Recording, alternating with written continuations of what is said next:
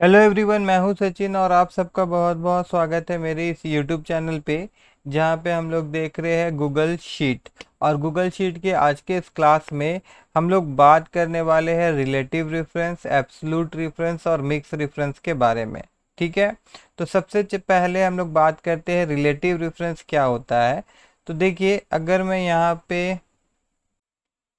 पे मैं इस प्रकार से num1 लिख दूँ और यहाँ पे num2 लिख दूँ और यहाँ पे इन दोनों नंबर का अगर मैं ऐड निकालूं तो मुझको यहाँ पे क्या करना होगा, इक्वल टू साइन देना होगा और उसके बाद में इस वाले सेल का एड्रेस, फिर प्लस, और फिर इस वाले सेल का एड्रेस दे के इंटर मारना होगा। ठीक है। और अब यहाँ हम जो भी नंबर देंगे वो क्या होगा, ऐड हो करके इस बॉक्स में दिखाएगा। अब उसी प्रकार से अगर मैं यहाँ पे और कुछ नंबर दे दूँ, यहाँ पे भी और कुछ नंबर मैं दे दूँ, देन अब ये फॉर्मूला जैसे मैं यहाँ पे ड्रैग करता हूँ तो ये क्या होता है कि ये कॉपी हो जाता है। और कॉपी नहीं होता है बल्कि देखिए क्या होता है कि अगर आप यहाँ पे ध्यान दीजिएगा इस जगह पे, यहाँ पे अभी क्या दिख रहा है हम लोग को, A2 और B2 दिख रहा है।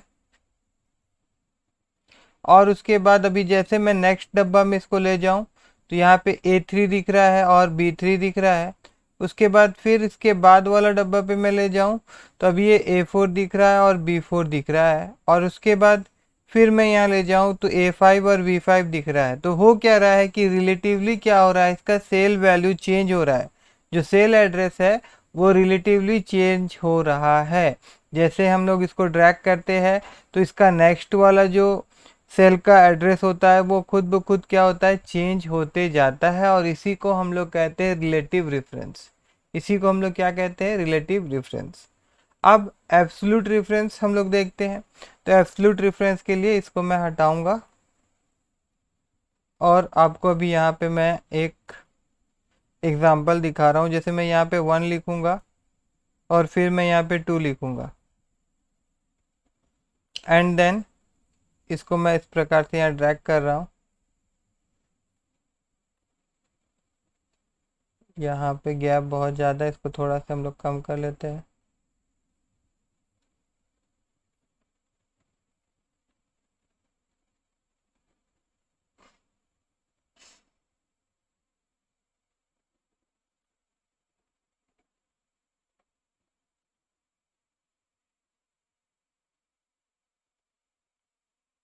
तो देखिए यहाँ पे 1 से लेके 10 तक नंबर आ गया हमारा। और फिर यहाँ पे भी मैं क्या कर रहा हूँ, 1 लिख रहा हूँ एंड देन 2 लिख रहा हूँ। और उसके बाद फिर इसको भी मैं यहाँ पे ड्रैग कर रहा हूँ और यहाँ पे भी 1 से लेके 10 तक का नंबर हमारे पास आ गया। अब मुझको करना क्या है, ध्यान से देखिएगा। एक बार मैं इसको थोड़ा से जूम करता हूँ, 125, और इसको थोड़ा से हम लोग छोटा कर ले अगर, देन इसको भी थोड़ा छोटा कर लेते हैं।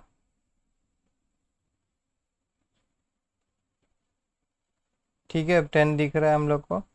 तो यहाँ पे ध्यान से देखिएगा, हम लोग क्या करेंगे, क्या करना है हम लोग को कि ये जो 1 है इसको इसके साथ मल्टीप्लाई करना है, फिर ये नंबर को इसके साथ मल्टीप्लाई करना है और फिर ये नंबर को इससे साथ मल्टीप्लाई करना है और फिर ये नंबर को इसके साथ मल्टीप्लाई करना है। ठीक है।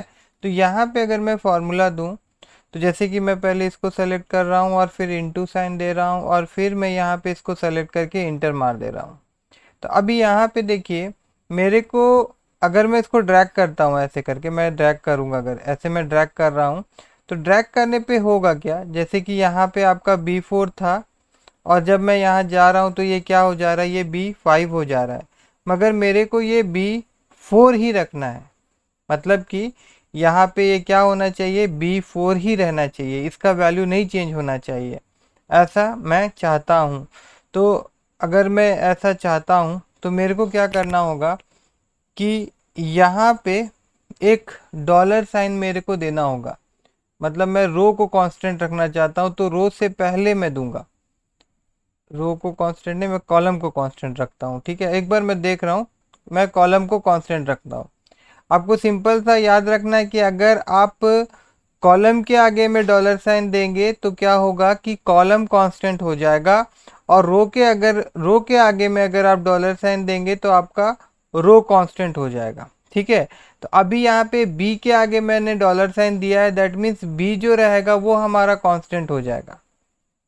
बी जो रहेगा वो हमारा कांस्टेंट हो जाएगा, लेकिन बी को कांस्टेंट नहीं करना, हम लोग को 4 को कांस्टेंट करना है। तो यहाँ मैं 4 को कांस्टेंट कर रहा हूँ। ठीक है ना, ये मतलब कि रो को कांस्टेंट कर रहा हूँ। मैं किसको कांस्टेंट कर रहा हूँ? रो को कांस्टेंट करना चाहता हूँ, इसीलिए मैंने डॉलर साइन कहाँ दिया है? रो के आगे दिया है।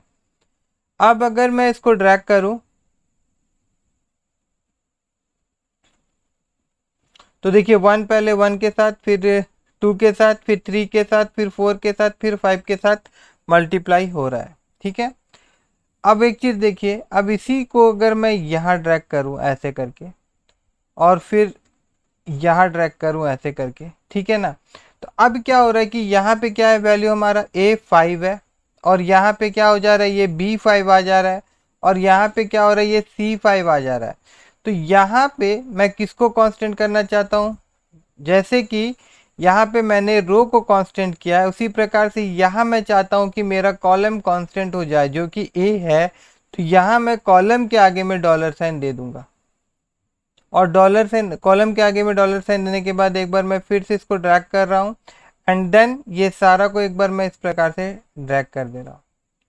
ठीक है ना, तो अब देखिए मेरे को 1 से लेके 10 तक का टेबल मेरा बन गया है।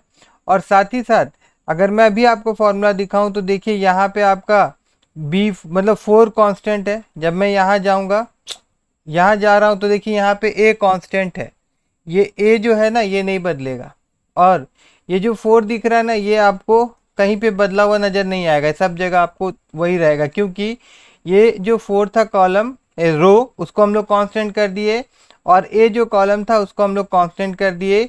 और ये जो तरीका होता है ना इसी को हम कहते हैं एब्सोल्यूट रेफरेंस। ठीक है, अब हम लोग देखेंगे रिलेटिव रेफरेंस। तो रिलेटिव रेफरेंस के लिए फिर मैं ये सबको हटा देता हूँ, सॉरी सॉरी सॉरी। अब हम लोग देखेंगे मिक्स रेफरेंस। क्या देखने वाले हैं? Mix reference. ठीक है, तो मिक्स रेफरेंस में मैं कुछ इस प्रकार से दिखाता हूँ। यहाँ मैं लिखता हूँ PRICNPLE प्रिंसिपल, और यहाँ पे मैं लिखता हूँ टाइम, और यहाँ पे मैं लिखता हूँ इंटरेस्ट। अब यहाँ पे मेरे को इंटरेस्ट कैलकुलेट करवाना है, तो यहाँ पे मैं ले लेता हूँ कुछ वैल्यू, जैसे कि यहाँ पे 1000, और ये टाइम में ले लेता हूँ 2, यहाँ पे 2000, और यहाँ पे टाइम में ले लेता हूँ 1, यहाँ पे 500, और यहाँ पे टाइम में ले लेता हूँ 2। ठीक है, और रेट जो रहेगा वो सबका एक कांस्टेंट वैल्यू है, मतलब जो रेट है सब में कितना का आ रहा है, 5% का, तो मैं यहाँ पे 5% लिख देता हूँ। ठीक है ना, मेरे को ये सब में चाहिए। तो यहाँ पे फॉर्मूला क्या होता है, यहाँ पे हमको इक्वल टू लिखना होगा, एंड देन आपका यहाँ पे देखिए इसको मल्टीप्लाई करेंगे हम लोग इसके साथ में, और फिर मल्टीप्लाई करना होगा हमको इसके साथ में। ठीक है, तो अब मैं इंटर मार दूं, और इसको जब मैं ड्रैग करने जाऊंगा ना तो अब इन दोनों में ये 0 0 वैल्यू आ रहा है। ऐसा क्यों हो रहा है? ऐसा इसलिए हो रहा है क्योंकि जो F2 है ना, जहाँ पे हमारा 5% है, जब हम लोग इसको ड्रैग कर रहे हैं ना तो ये क्या हो जा रहा है, ये F3 हो जा रहा है, इसका सेल वैल्यू चेंज हो जा रहा है, जैसे हम लोग पहले देखे थे, जिसे हम रिलेटिव रेफरेंस कहते हैं। अब मेरे को क्या करना है ना कि इसको कांस्टेंट करना है, तो मैं क्या करूँगा, मैं कॉलम के आगे भी डॉलर साइन दे दूंगा, और रो के आगे भी डॉलर साइन दे दूंगा, और इसी को हम कहेंगे मिक्स रेफरेंस। और ऐसा करने से होगा क्या, जब मैं इसको ड्रैग करूंगा ना तो इसका जो सेल होगा, मतलब ये जो पर्टिकुलर सेल है ये कांस्टेंट हो गया। चाहे इसको मैं यहाँ ड्रैग करूँ, चाहे इसको मैं यहाँ ड्रैग करूँ, मतलब चाहे मैं इसको लेफ्ट तरफ ड्रैग करूँ या डाउन तरफ ड्रैग करूँ, ये सेल का वैल्यू चेंज होने वाला नहीं है। ये जो वैल्यू है ना F2, ये F2 ही रहेगा। ठीक है, तो आई होप कि आप सब लोगों को रिलेटिव रेफरेंस एब्सोल्यूट रेफरेंस और मिक्स रेफरेंस समझ में आया होगा। अगर समझ में आया हो तो मेरे इस वीडियो को लाइक करिएगा और मेरे चैनल को सब्सक्राइब करना मत भूलिएगा।